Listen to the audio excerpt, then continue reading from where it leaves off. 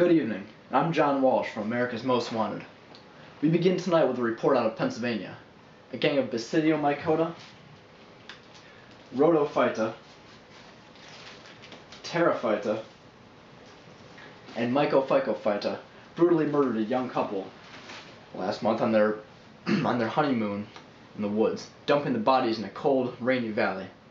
If you see any of these suspects, please let us know.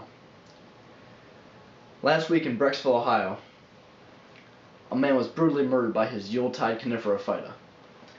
This was the evidence found at the crime scene. We move on to Albany, New York, where a 4-year-old Jaquan Michaels was playing in the dirt by his house when he was mugged by a rogue member of the Analyta clan. We have the suspect's apprentice captured here, but the suspect himself remains at large.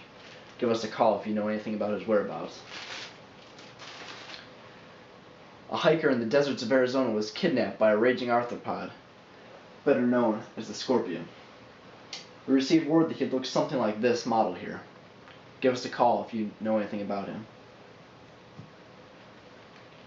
On the peaceful beaches of Myrtle Beach, South Carolina, there was a brutal murder last August. Prime suspects being the cuttlefish, this being his bone found at the crime scene. From the mollusca gang, and the sand dollar from the Nadaria gang. If you see any of these suspects, please let us know.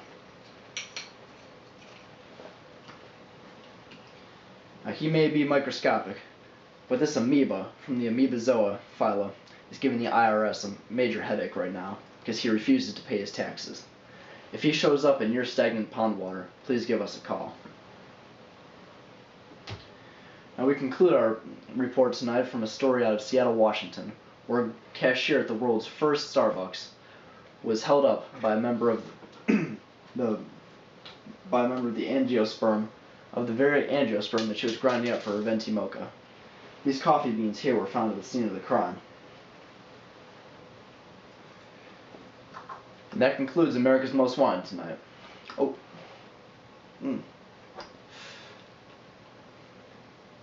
Okay.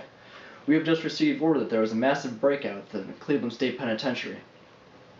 A member of the Cordata gang has escaped. His whereabouts believed to be... Wait. It looks like... he's right over there.